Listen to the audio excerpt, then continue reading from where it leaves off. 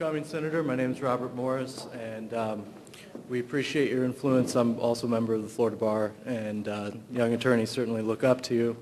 The question that I sometimes kick around in my mind is the apparent dichotomy in the trade policies with China and Cuba.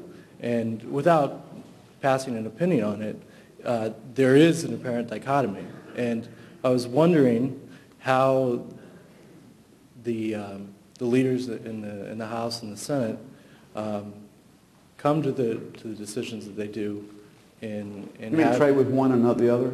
Yeah, there's a double standard. Well, look, I think that in the exercise of the foreign policy of a country, there is no requirement or even necessarily a good idea that there be consistency on how every country is treated. I think it needs to be done based on the best interest of the United States and based on the history between the relationship of those two countries, and also what the opportunity to impact your policy goals might be. So while it is an inconsistent policy, I don't think it's a mistaken policy by the fact that it's inconsistent. I would also argue that perhaps the goals of trading with China, which are now more economic than they are political, but at the time that they were begun, were sold as an opening to make political change. The fact is, there has been no political change. The fact is, there still is repression today. The Olympics were promised in the year 2001 when they were given the Olympic Games that if you would just trust us, and you know, some of us don't trust communists, but if you would just trust us, that we would somehow do it right and there'd be no repression during the Olympics, there'll be able to be protest, and there'll be a free press. Well, you know what?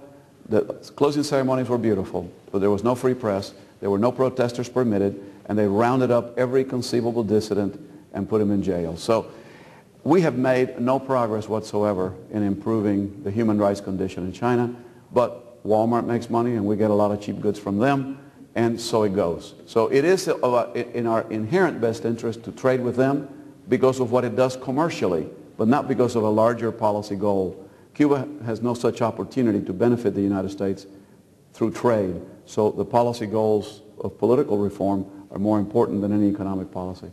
In one follow-up, if I may. Sure.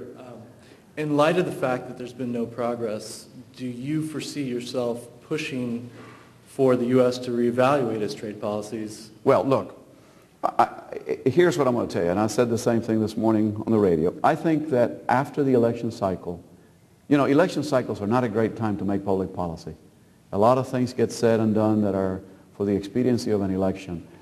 But I think after this election cycle, there'll be one of two people in the White House, one with a vast amount of experience and another one who'll be very much of a novice. They'll look at the problem in different ways, but I think regardless of which one goes into the White House, that there will be a review and reanalysis of policy towards Cuba. I will personally be doing that myself as to what I think is the best thing to do. To bring about change, by the way, with the same goal of change, but as I said earlier, I think it's fundamentally going to happen within Cuba. I was actually referring to a reevaluation of the policy with China. Oh, with China. Oh, that's even better.